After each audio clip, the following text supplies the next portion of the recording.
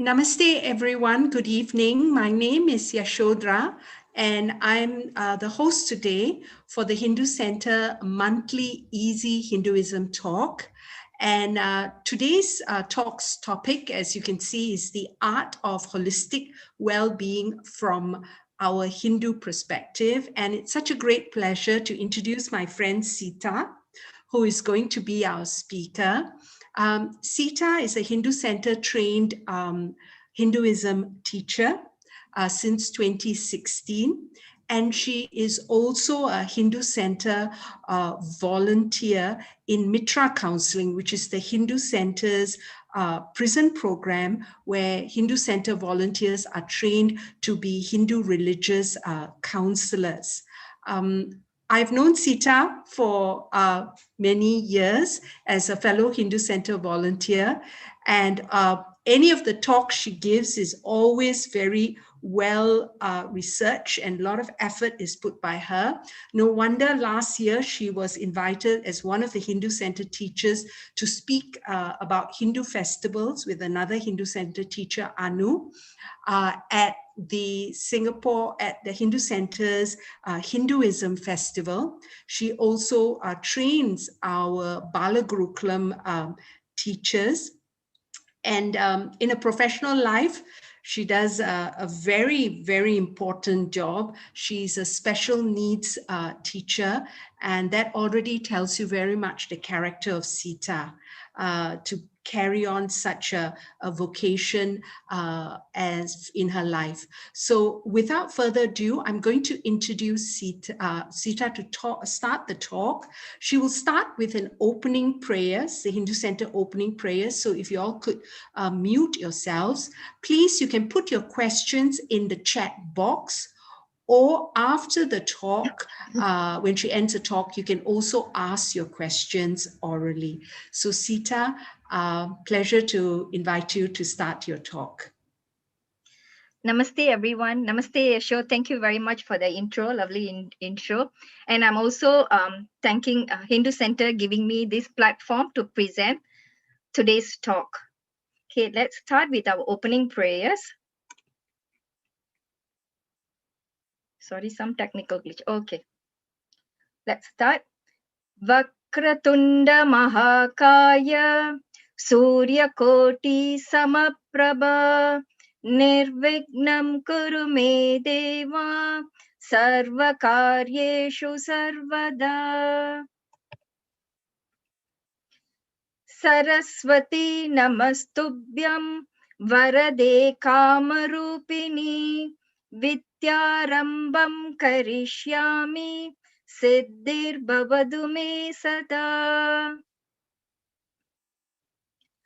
Guru Brahma Guru Vishnu Guru Devo Maheshwaraha Guru Sakshat Parabrahma Dasmai Shri Gurave Namaha.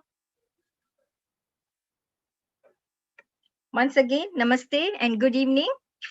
I would like to present today's talk, The Art of Holistic Well-Being from our Hindu perspective. Let's zoom in. What really is holistic wellness? And I did check with few friends, Hindu friends and non-Hindu friends, and these are some answers I got, like balanced diet, you need to exercise regularly, you need to have sufficient sleep, you need to consume vitamins so that you can boost your immune system, and you need to go for a medical checkup. Let's see. Is this considered you're having balanced diet, having six packs, you're slim and tall, but all this, does it represent holistic well-being? I'm not sure. And here, I like your participation. I like you to take out your smartphones, scan this QR code, and tell me what is one word that comes to your mind when you think about holistic wellness. I would like to encourage very much everyone to participate. Please take your smartphone.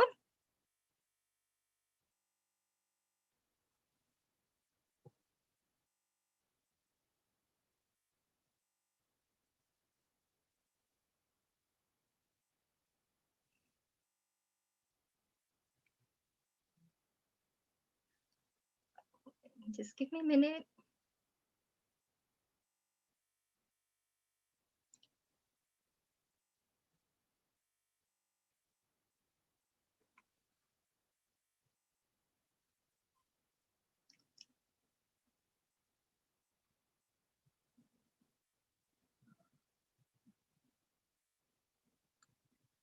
And I would love to see your answers.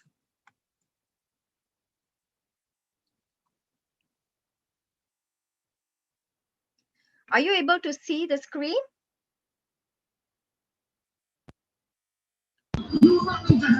Sorry, can I have the QR code again?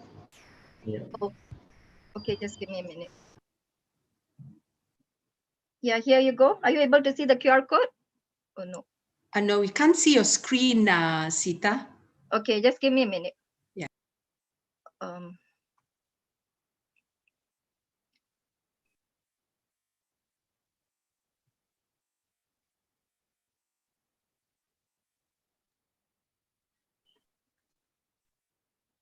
Yes.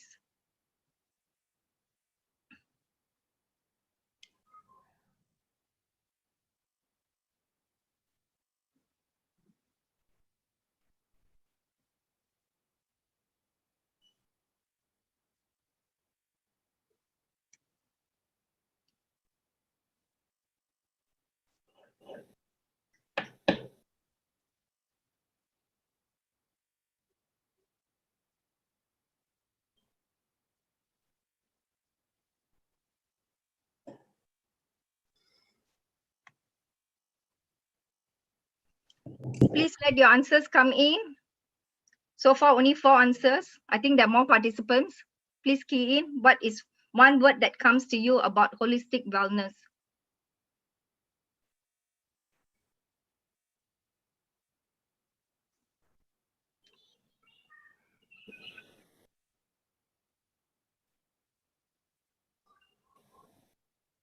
I'll give you a minute or so that for you to type in.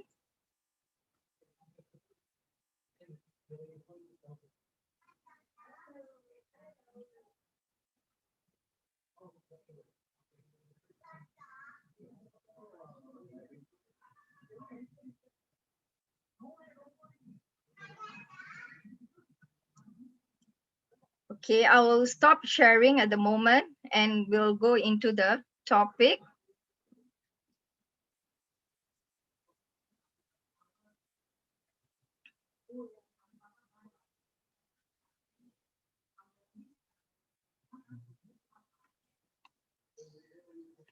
So some of you say mental health, wellness, and all that. Let's see how much we can cover from today's topic. Today's agenda, we will focus on body, importance of body, and food, water, air, the importance and applications, and breathing technique. There are some simple practice for us to follow. Sorry. And then mindfulness and gratitude, how to incorporate it in our daily routine, and social responsibility, contribution to mankind and nature.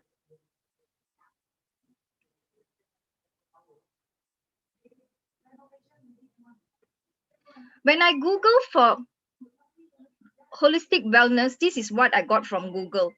Emotional, social, financial, academic, environmental, spiritual, and physical. So let's see how much we can match with our Hindu scriptures. So you wouldn't let this happen to your phone. So don't let this to happen to you either. Self-care is a priority and not a luxury. So for example, for a drawing, we need a canvas. Likewise, we need a healthy body to carry out our duties. Health is not just physical, but this is a whole lot of dimension to it. In Hindu tradition, health means a continued maintenance of the best possible working of the human body under normal and sometimes even abnormal environmental conditions.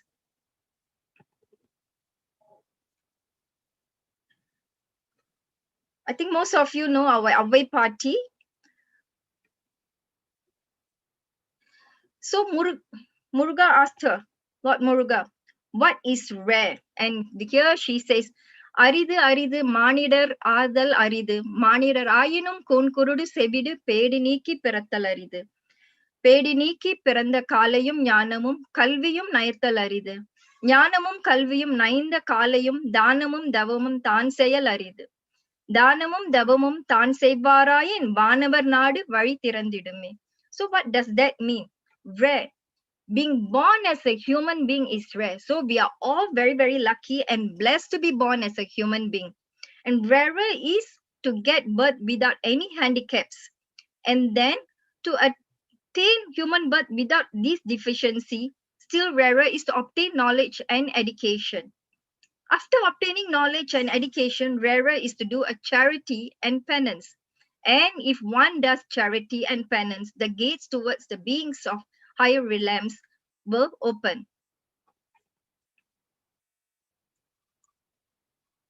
Here, these are taken from our scriptures, for example, Rig Veda, Gita, Katha Upanishad, and all that. So first one, elemental.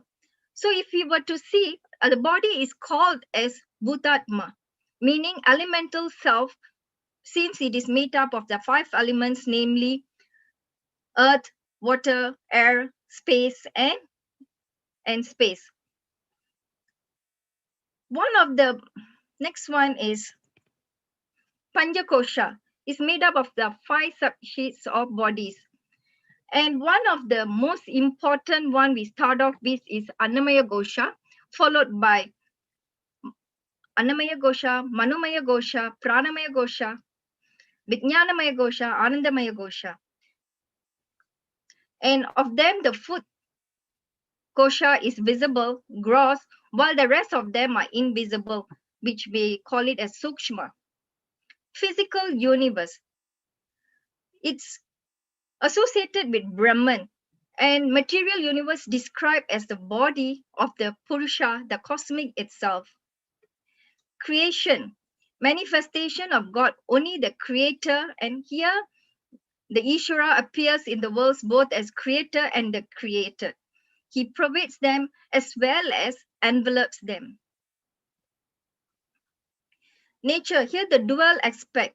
Here we call the Supreme Self as Purusha and Prakriti.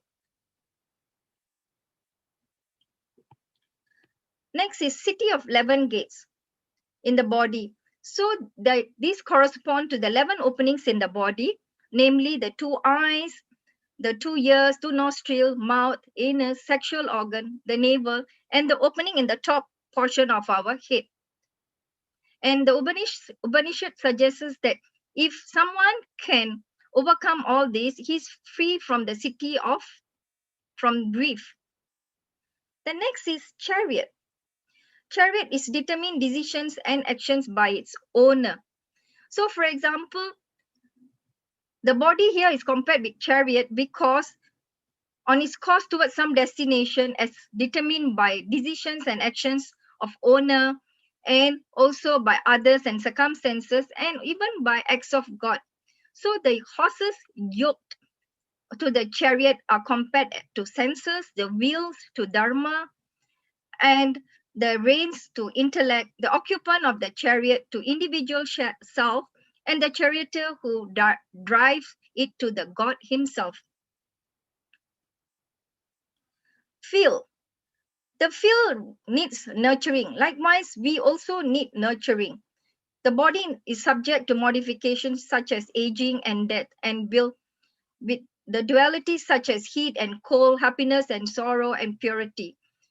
So we are advised to cultivate detachment from the body, stabilize the mind, and perform actions solely as a service or an offering to God. Vehicle here is not merely a conveyance, but it is also, how to say, it symbolizes the powers and the qualities over which the owner or the lord of the vehicle has the mastery and transformative control. Battlefield. The good and evil forces wage a relentless war under the influence of gunas. Prison house. The body is also a prison house because the self remains in the background as a witness, consciousness, like Sakshi, held inside the body. by the nature almost in captivity. Hence, he must, as long as he's in the body, he is considered as in the prison house. So we need to facilitate our mind to become detached. Mala, impurity. So we need to cultivate the detachment from it. This is what some of our scriptures say. And finally, it's the temple where the soul is housed inside the body. The body is compared to temple of God and the heart itself to the sanctum. So in our Devalaya Sastras, everything is governed by one law. Indian temples represent the macrocosm of the universe and the structure of the human body represents the microcosm. So if you were to see one who kindles the light of awareness within gets true light, the sacred flame of inner shrines is constantly bright. The experience of unity is the fulfillment of human endeavors. The mysteries of life are revealed. This is from our Rig Veda. And if you were to see, this is Tirumular from our Tirumandaram. He's the one who wrote this book. And he's a Tamil Saivite mystic and a writer. He was considered one of the 63 Nayanmars and one of the 18 Siddhars. And his main work was the Tirumandaram. It consists over 3,000 verses. Some scholars believe that he lived around 7th or 8th century AD. And here he says,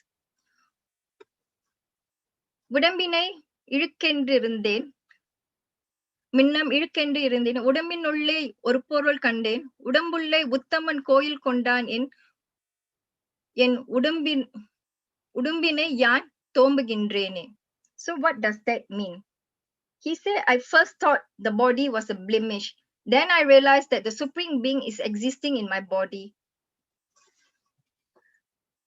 And in my body, the Supreme Being, Lord Shiva, resides in the temple within, and hence I worship and nurture my physical body.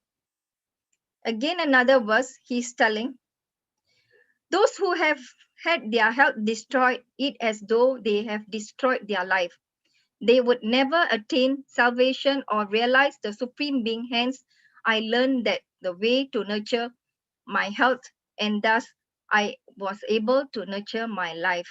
So from here, we know that how important it is to take care of our body and the importance of our body.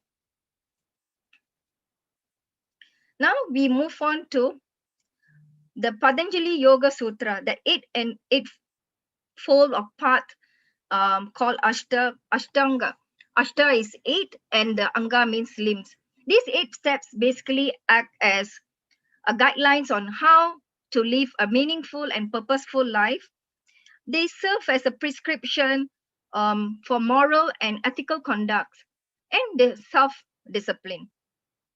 And we start off with the first layer. The first anga or limb is yamas, the ethical consideration, the ahimsa, satya, and all those comes under the first limb. And this is important, focusing on the behavior and how we conduct ourselves in life. And yamas are universal practices. It's not only practiced by Hindus, but every human being needs to practice this. Followed by next is niyamas, which is the self-observation. And I would also say self-discipline and for spiritual observation, developing your own personal meditation practices. Asanas, as we mentioned, the body is a temple of spirit, the care of which is also an important stage of our spiritual growth. So through the practice of asanas, we develop the habit of discipline and the ability to concentrate. And then we move on to pranamaya, breath control. So to gain mastery over the respiratory processes while reorganizing the connection between the breath, the mind, and emotions. So if you were to see these first 4 stages, concentrate or refining our personalities, gaining mastery of our body, and developing an energetic awareness of all which we prepare us for the second half of the journey, which deals with the senses. So now we are moving on to pratyahara, tuning in. So which means withdrawal or sensory of transcendence. It is during this stage we make the conscious effort to withdraw our awareness away from the external world and outside stimuli, so the external distractions around us. And it also provides us an opportunity to step back and take a look at ourselves. Then moving on to dharana, the concentration creates a setting for concentration. Having relieved ourselves of outside distraction, now we can deal with the distraction of mind.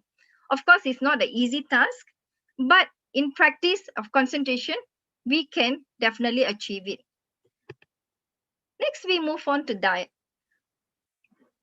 dhyana, meditation. So this is an uninterrupted flow of concentration. At this stage, the mind is quite quieter, and in the stillness, it produces few or no thoughts at all. And finally is the samadhi. Samadhi is where it merges, the meditator merges with his or her point of focus and transcends the self together. Now let's move on to our Panchakoshas.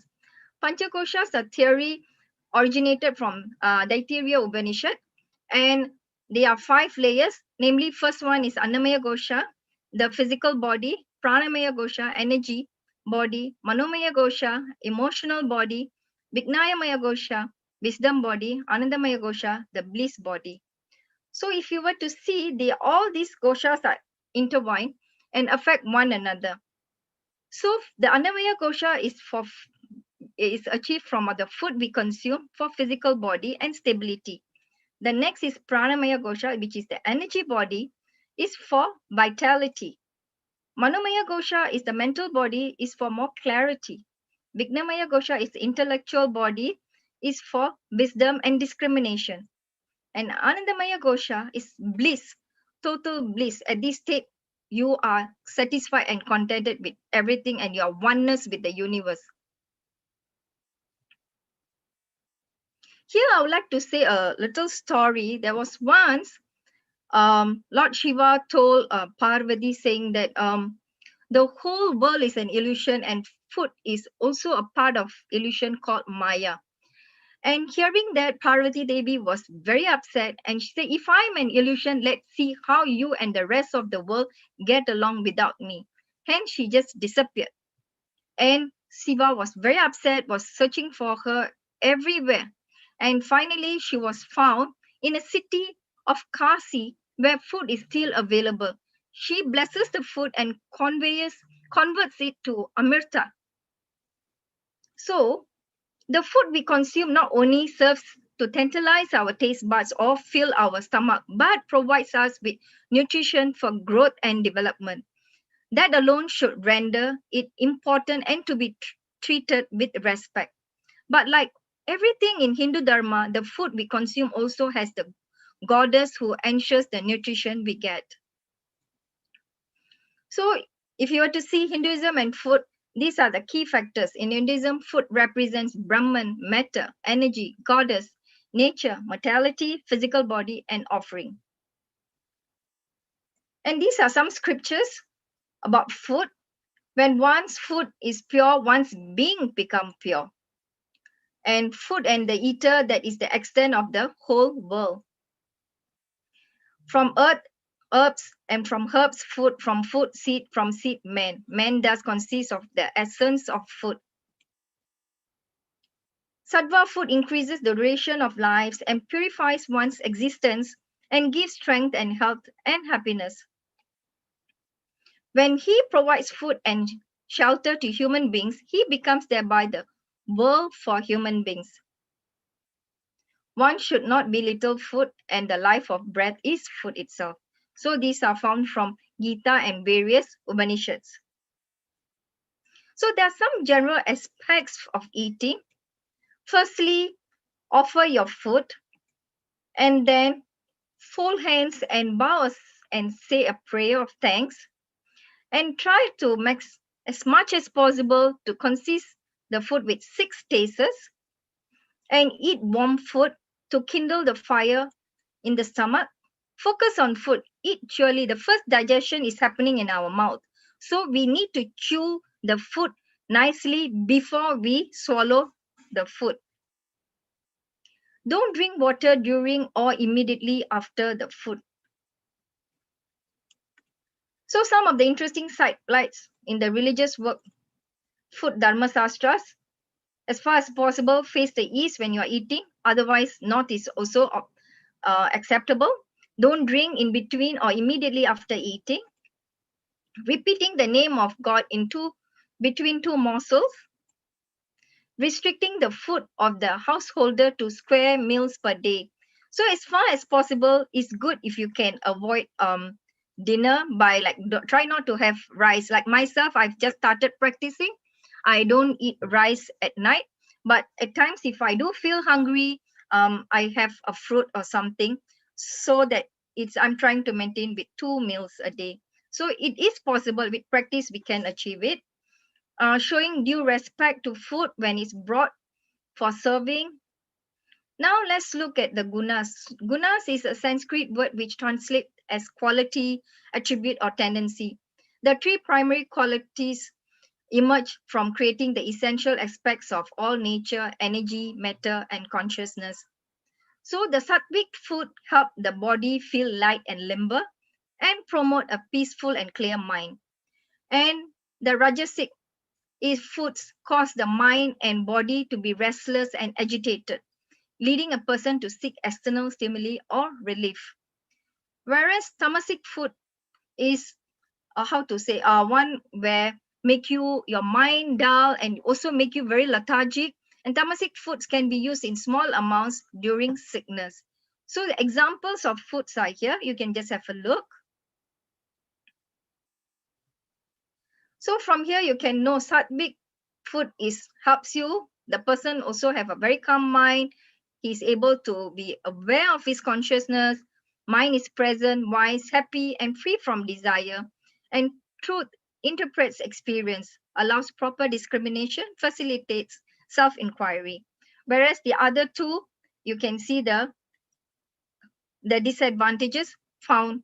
But all of us have these 3 qualities. But again, it all depends how we interact and the influence we have with external object, lifestyle, practices, and thought. So with all those practices, we can lead to a sattvic lifestyle. Now I've been talking quite a bit, so let's watch a video.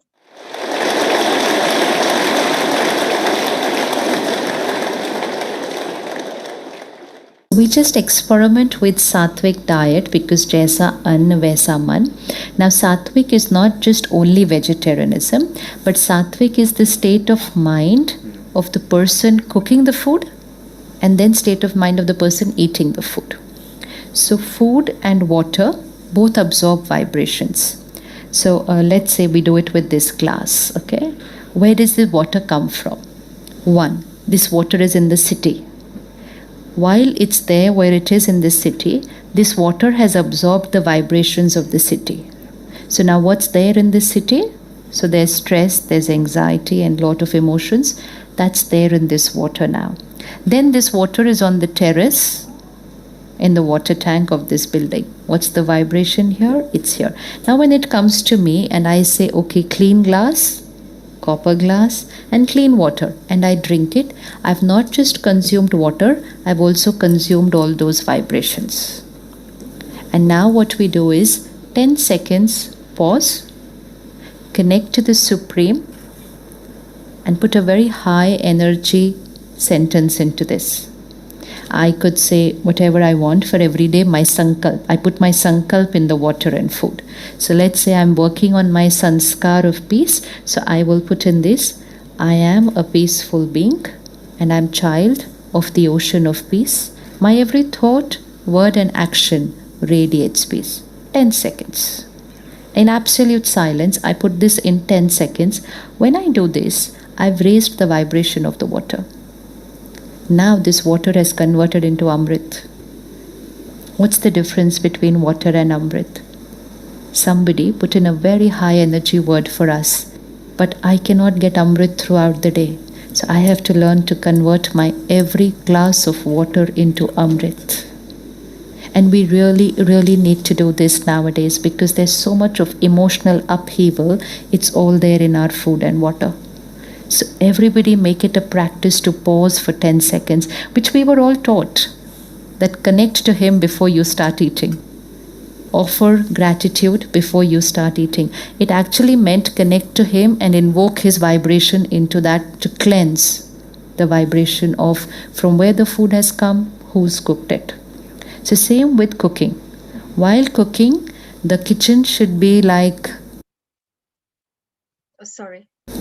a temple. You know why we all love the prasad, the langar in the Gurdwara? Why do we like it? Even though it would be very simple food, you know, and you go to a restaurant, it's a very elaborate meal. So there are 3 types of meals. One is when we are eating food outside, where you're paying for the food. So when you're paying for the food, the person cooking the food is you eat, I earn. So if I am cooking for profit, then money is my intention, you know, the intention behind the karma.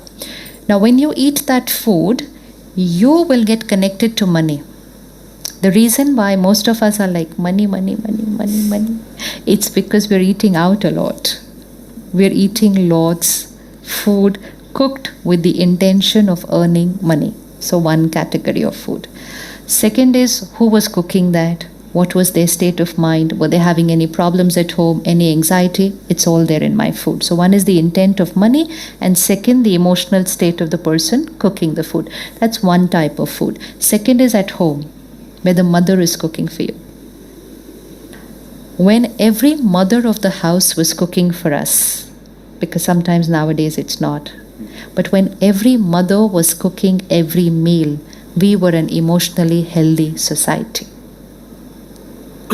And if today every mother goes back to that half an hour in the kitchen, she will be gifting her family emotional health. It's as simple as that, because she cooks with so much love, so much purity, so much peace. But the mother should not cook with stress and anxiety. Then it's not sattvic. So the mother should convert her kitchen to like a temple, have bhajan, have kirtan, have chanting, anything, whatever is comfortable for her, and cook in that state of mind. And while cooking, you are either, creating the right sankalp, you're connecting to the soup. Now that food is not food. Now that is prasad. So let's not eat only this much prasad. Our every meal can be prasad.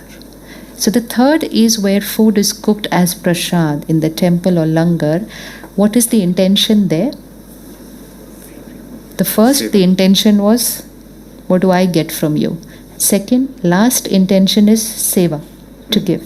So if you eat food which has been cooked with the intention to give, you will become a soul which will give.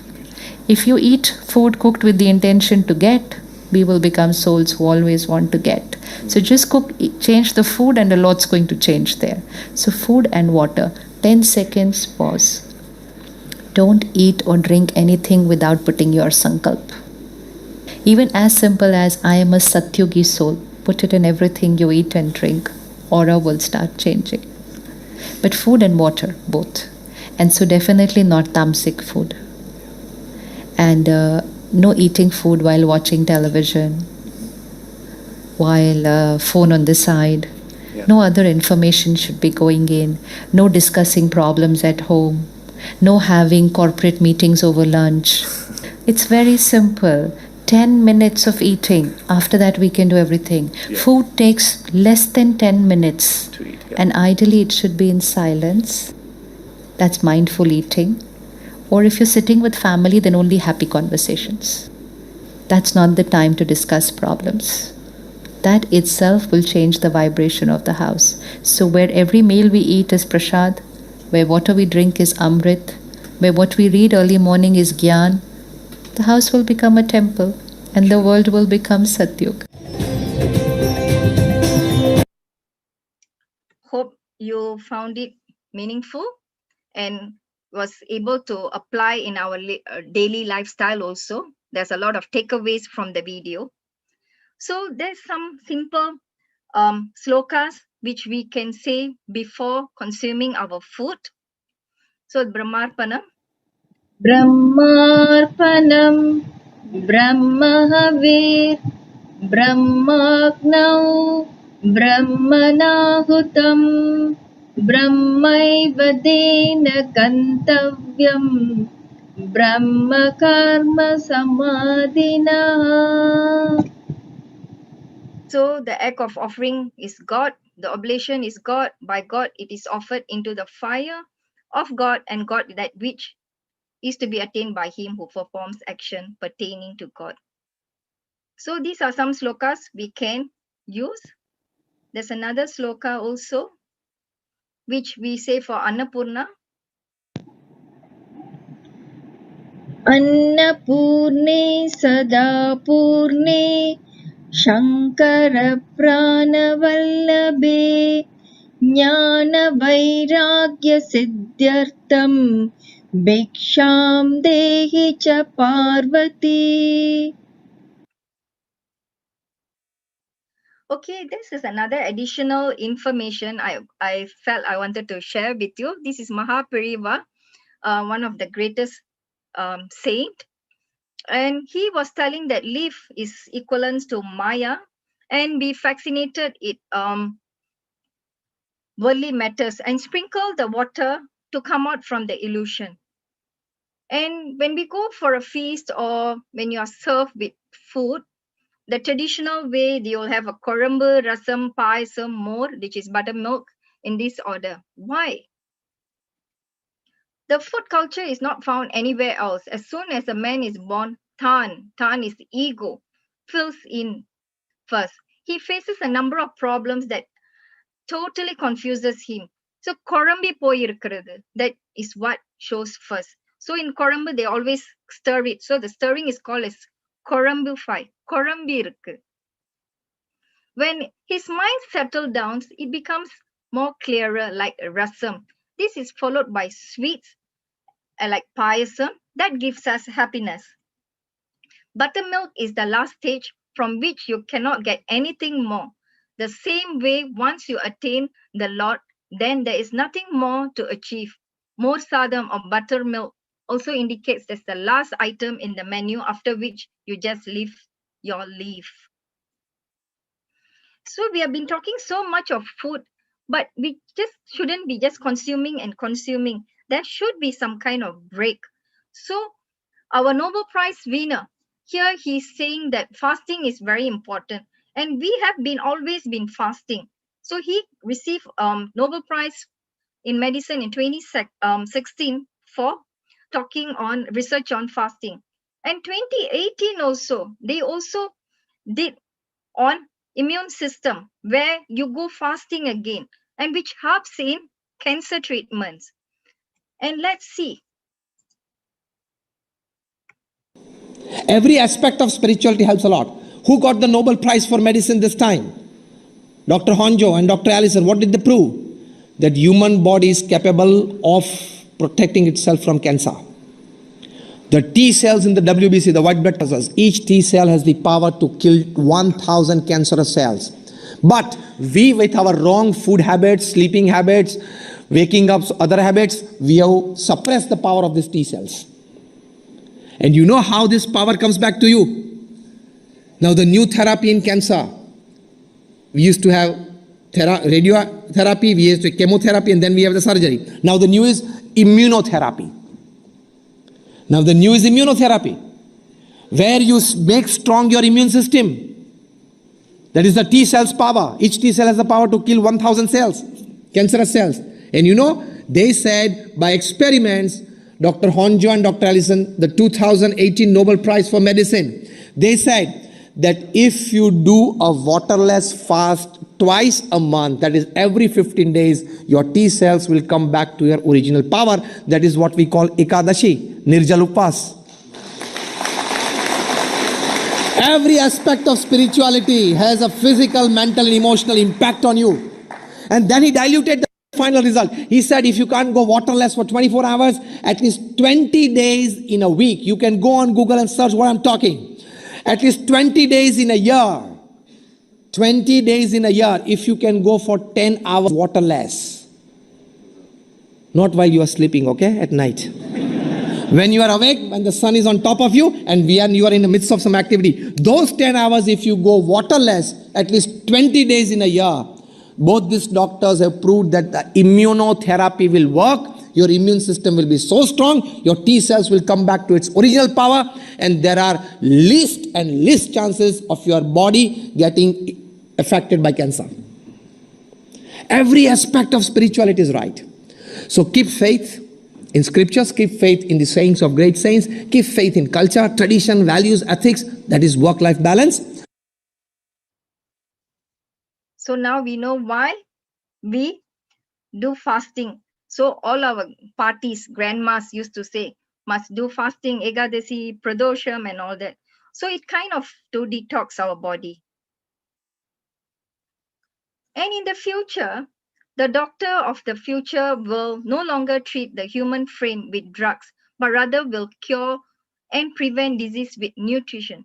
Now you can see a lot of alternate therapies are coming about, and a lot of traditional and natural food diets and are practiced. And with that diet, a lot of them have been recovered without any medications. So eating raw food is also very much encouraged. And our Indian vegetables is simply awesome. Unave marandu, food is medicine. So each vegetable, ashgot, is vitamin B1, good for digestion. Plantain, vitamin E, blood circulation. Lady's finger, for vitamin B3. Lemon, B6, Douglas gallon. The coconut, vitamin D, is good for bone and joint pain. Rich gourd, or pikingai, we call it. It's good in vitamin B5, headache, cold, cough. And drumstick is for breathing, is good for asthma. Lucy gourd, which is called as kovakai, and it's good for skin, cholesterol. Pumpkin, vitamin B7, is good for muscles, uterus, swelling, gums. Snake gourd is vitamin C and also helps out in wind.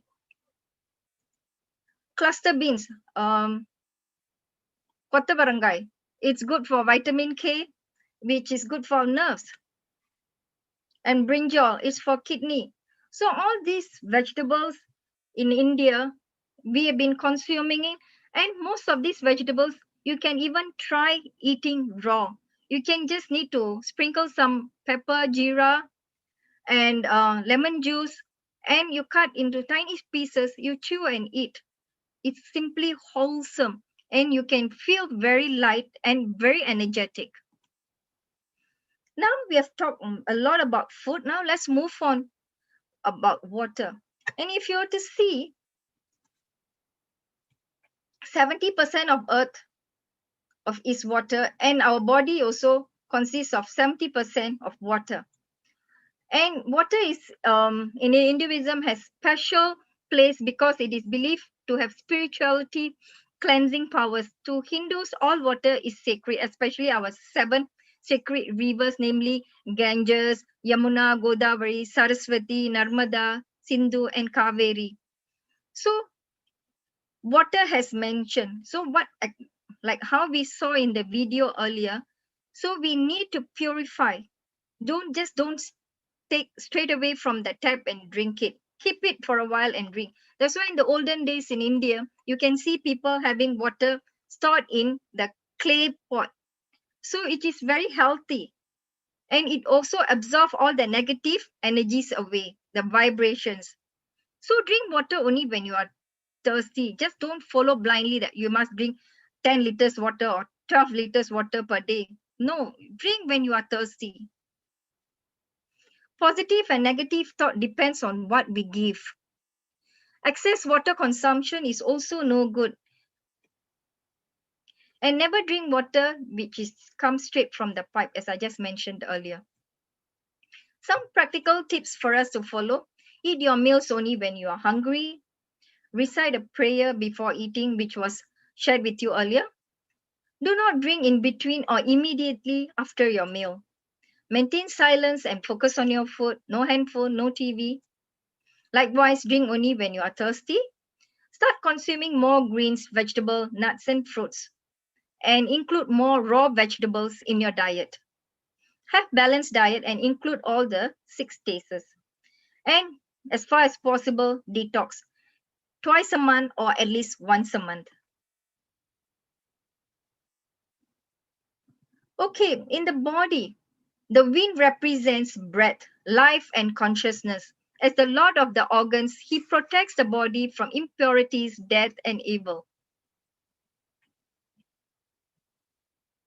So in the Vedic cosmology, the region between the earth and the sky is called the mid-region. In the body, it is represented by the breath of our body. According to the Upanishad, Vayu as the breath in the body is the superior of all gods, since the body cannot be alive without him. Why breathing is exercise important? 2 things that stays with us from the moment when we are born until the moment we die is our breath. When you are stressed, what changes your breath? When you are angry, what changes your breath? So we experience every emotion with the change of breath. When you learn to navigate and manage your breath, you navigate any situation in life.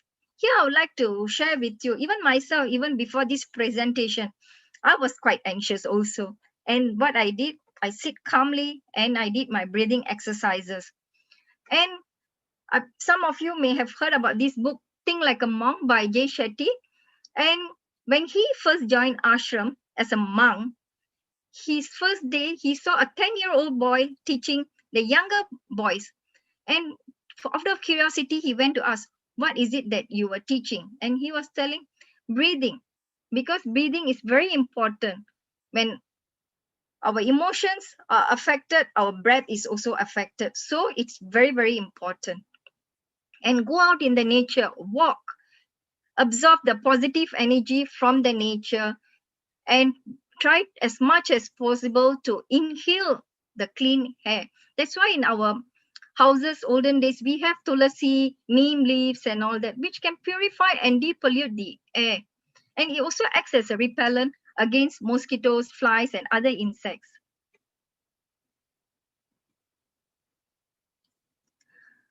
Okay, pranamaya is not simply breathing exercise, yet it is a scientific breathing process where control over prana is achieved. And pranayama is connecting link between physical and mental yogic practices. And it means self-energizing life forces and means extension. Pranayama may be defined as expansion and control of prana through various yogic techniques.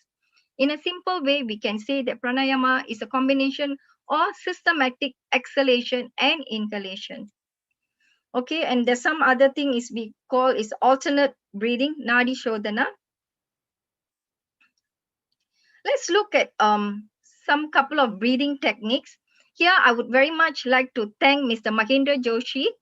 When I say I'm going to do a presentation on holistic wellness and breathing and yoga, he volunteered to do the breathing exercises for me and he took a video. I'm very grateful. Let's watch the video. There's no volume. Let's watch.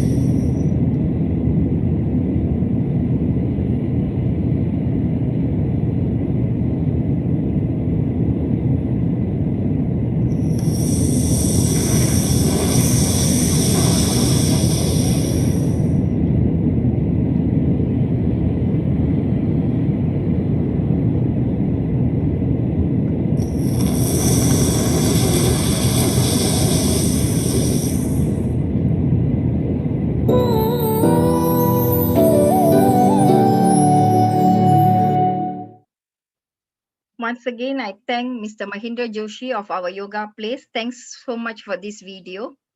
Now let's move on to mindfulness. Mindfulness is a very famous talk of town, I would say. Now everybody is talking, you have to be mindfulness, you have to be mindfulness, and take your life from mindful and to become mindful. So what are the few things we can practice doing? Eat mindfully, walk mindfully, observe your breathing, connect with your senses, pause between action, listen wholeheartedly, and get lost in the flow of doing things you love. It can be drawing, dancing, cooking, anything, something close to your heart. Meditate daily and travel and mix up your routine. The reason is, if you were to notice, once you're familiar with a particular routine, you don't use so much of your consciousness. It's just by practice you go. Even like if you go for some classes, you may start your first day, you sit on the second row, the last seat, something like that. But after a while, you tend to go back to the same seat again and again. So it becomes like a routine. So we must mix the routine. So that's why when you travel, you are more alert because you don't know what's around you. So you're always very curious to find out what's happening around you. And mindfulness, the importance of using mindfulness of the body is to discover the Dharma, the truth of how things are. We use the body as an object of concentration, mindfulness, and reflection in order to see through the very reality of this existence. In other words, to use the body as a path. So gratitude and mindfulness, it has been in our Hinduism, and we have been practicing since young. Like the moment you wake up, you look at your hands and you say your sloka. And the scientific reason is so good because we've been lying down for about 6 to 7 hours and you suddenly get up, you can have a pressure drop and in the brain, and this is known to be the most important factor in the morning strokes. And then also thanking Mother Earth for before we put our feet down. And the scientific reason behind also, without cleaning the teeth, face, body, mantra is chanted because the body was horizontal for the whole night while sleeping and is going to become vertical suddenly when you get up. So this helps us to pause, get ready before we start our day. Let's listen to the sloka. कराग्रे वसते Lakshmi करमध्ये Saraswati करमूले स्थिता गौरी मङ्गलं करदर्शनम् समुद्रवसने देवी पर्वतस्तनमण्डिते विष्णुपत्नी नमस्तुभ्यं पादस्पर्शं क्षमस्व मे. Then we move on to tuning in our mind. So how can we do that? By repeating the name of Lord, which we call it as japa, is a spiritual food for our hungry soul. By manana, constantly thinking or recollecting the name or God. And sounds, repeating the mantra has lots of vibrations. And regularity of japa, sadhana. Sit in the same place and do it at the same day, same time, every day will be good. And it's also advised that when you're doing this japa or meditation, it's good if you can face the east or north. And finally, the meditation, the rhythm. So it's very important, tuning in. Talk to yourself at least once a day. Otherwise, you may miss a meeting an excellent person in the world. So who is that person? It's ourselves. So introspection is very, very important. So it is also mentioned how we can doing reading, self-study, yoga practices, and it also mentioned in our Taittiriya Upanishad, it provides tranquility and inner peace, relationship with others and family.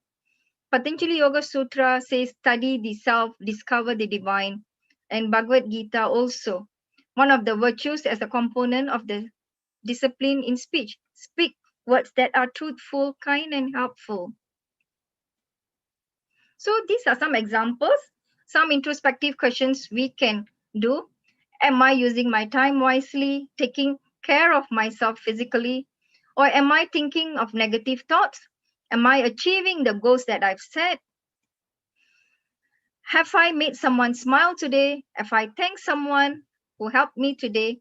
Or have I pushed my own boundaries? So these are some questions to start off with. So the practice of swadhyaya and self-awareness. So study of wisdom teachings. So we can gain profound insight in our true nature as we study the wisdom teachings. Journaling. So we can start practicing journaling, writing down of the activities that happens daily. Practice yoga. So go deep into yourself and you can identify the issues in our tissues and that will come to the surface. Spend time alone and finally remember to do meditation. And when we end the day, we end the day with night prayers. So gratitude and gratefulness is very, very important. So we started the day positive and we may have challenges at the end of the day. But again, we need to have the prasada buddhi where we still offer everything to the Ishvara. करचरणकृतं वा कायजं कर्मजं वा श्रवणनयनजं वा मानसं वा अपराधं विहितम् अविहितं वा सर्वं एतत् क्षमस्व जय जय करुणाब्धे श्रीमहादेव Shambho. So you also take this moment to seek for forgiveness for any incorrect actions done consciously or unconsciously. Now, so we have seen about everything about us, but now we also need to give back to the society, social responsibility. So charity means sharing what you have earned lawfully and ethically with others. Charity is praised as one of the greatest virtues in our Hindu Dharma. So in Gita is also stated that the gift that which is given out of duty at the proper time and practice to a worthy person without any expectation of return is considered to be the charity in the mode of goodness. This was prevalent during the COVID-19. Many organizations and individuals stepped forward to help people in need. So there are many kinds of charity. Giving clothes, Vastradanam, giving food, Annadanam, giving knowledge, Vidyadanam, and there are many, many other kind of charities. So there's this mongoose in Pandavas when they finish their battle and they did a Aswamedha Yagam. And at the end of the day, they were giving costly gifts to the priests and donated large quantities of food and all those. And there this mongoose came, which was unique because one side of it was gold and the other side was normal. So it came and he was able to use the human voice to say, your charity is still not the great, because there was a Brahmana who was very, very poor. He donated even though he didn't have anything. The last bit also, the whole family donated. And when there was one grain of rice on the floor and the mongoose went to roll on it, and that's why the half side became gold. And now the mongoose is going around and still now have not find the right person who has done that kind of charity. So from here, you know the importance and how charity is valued.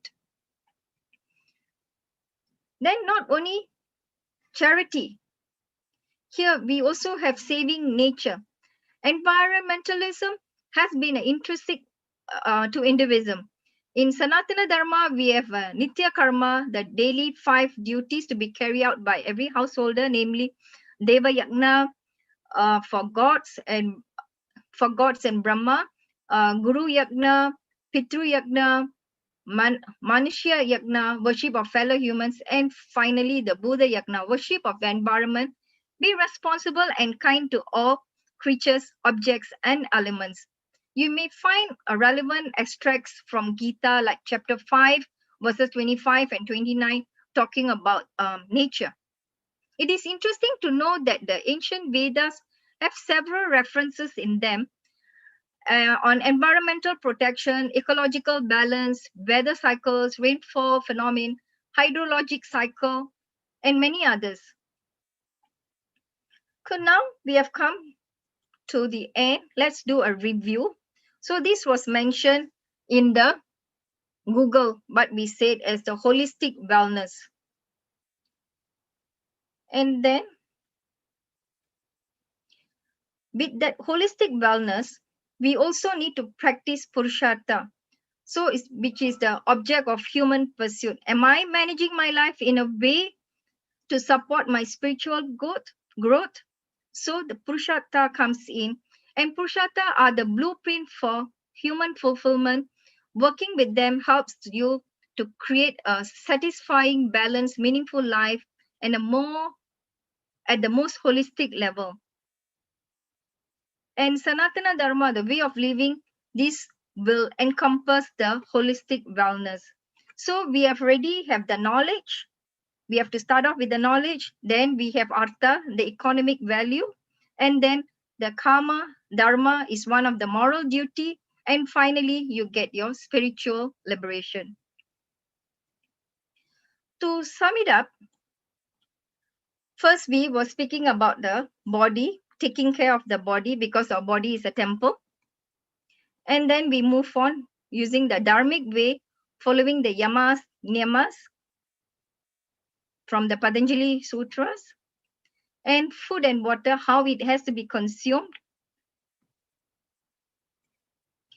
and breathing pranayama, and how the breathing affects us and the importance of it. And finally, having gratitude and mindfulness. With all this, that leads us to the path of holistic wellness. With that, I end the session.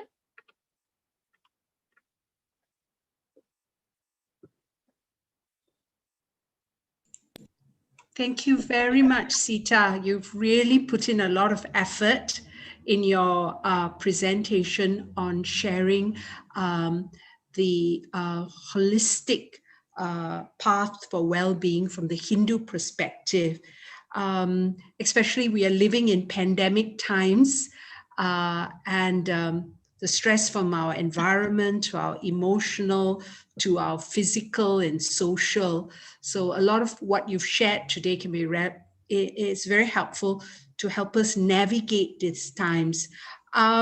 Please, if you have any questions, you can put it in the chat box, or you can ask the question orally. Maybe I'll just get the ball rolling. Sita, when you were sharing, it was said when we have food, not to drink in between or after. Why is that something it shared? I take it's something from our Shastras.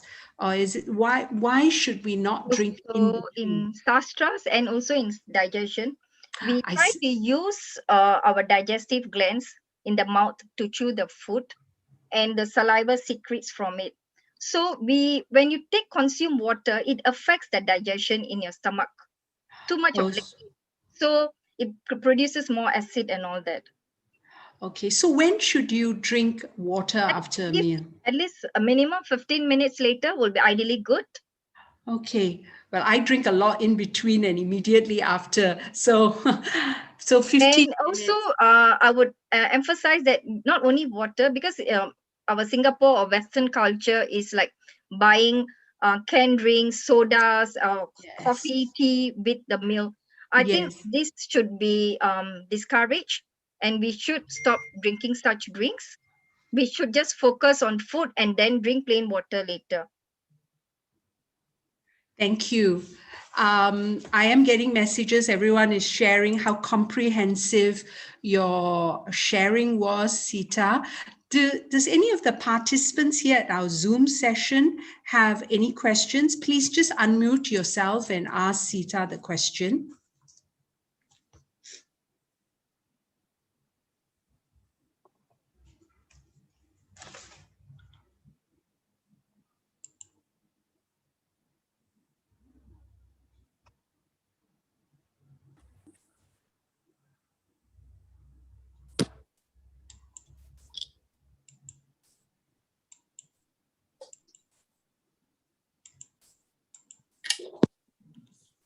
I think we have. Is that Aarti? Aarti, would you like to ask a question? Oh, no. Hi, Sita. This is Hi. Manjula here. Uh-huh. It's a very nice presentation. Thank you. So, would you be conducting it for even kids also? Kids means not very young, maybe 10 years and above. No plans at the moment. Yeah, my suggestion is like I was thinking Ramakrishna is conducting a lot of classes Mhm. for at least for Saturday, Sunday, they have some classes for small children.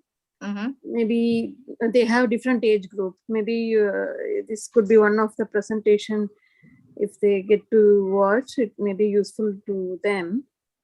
Because Hindu Center do conduct Bala Curriculum classes, so the kids can enroll for the classes there.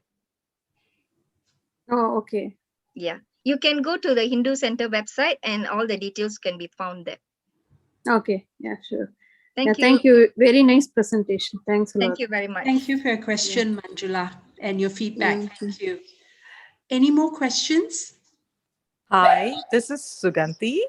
Sita, firstly, excellent presentation. So thank you so much. It was Thank very you, Suganti. holistic. Yeah, I think, a simple tip from you, if not a question. I think we'd all like to observe all aspects of what you said, whether it's diet, whether it's dharma. I think one aspect where I particularly find it tough is the meditation piece. Mhm. And so do you have any tips or, for people who, we really want to achieve peace and oneness with ourselves through a meditative process? Do you have any tips for beginners? Actually, you can start off with japa, simple breathing exercises and japa, and try to do it at a regular time at the same place, so that your mind and body get in tune to it. So then that will lead you to meditation easily. Thank you, Sita. Thank you. Thank you.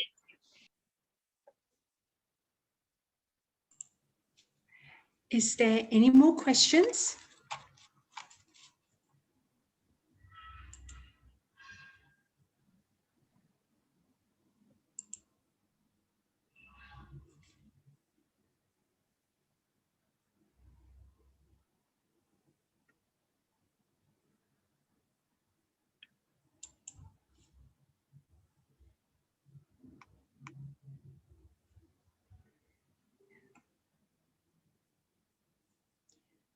If there are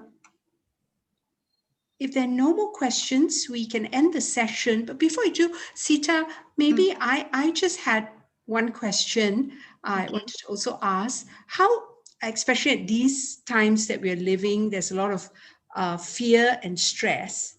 So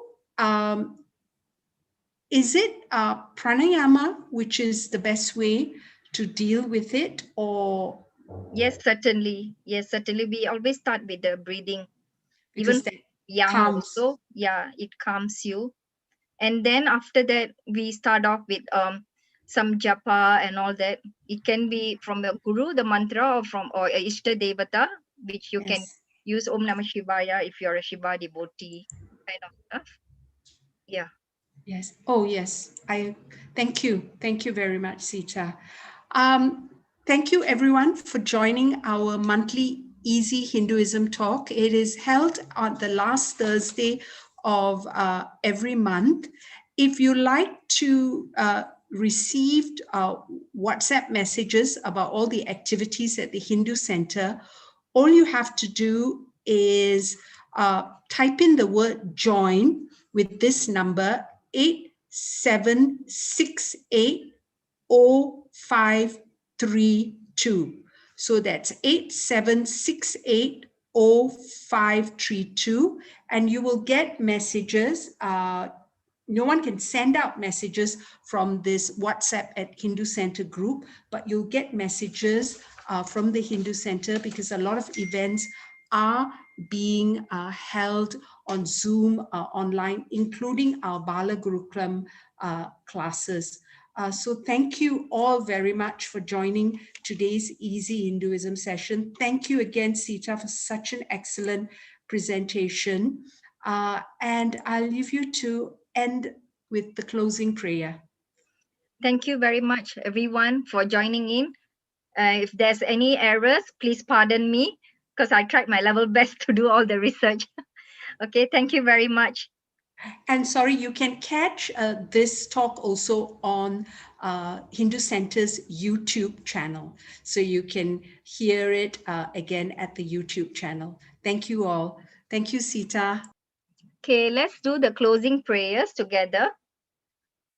Om Sarvesham Swastir Sarvesham Shantir Sarvesham Purnam Sarvesham Mangalam Sarve Bhavantu Sukhinah Sarve Santu Niramaya Sarve Bhadrani Bashyantu Ma Kashit Dukkha Bhag Bhavet. Om Shanti Shanti Shanti.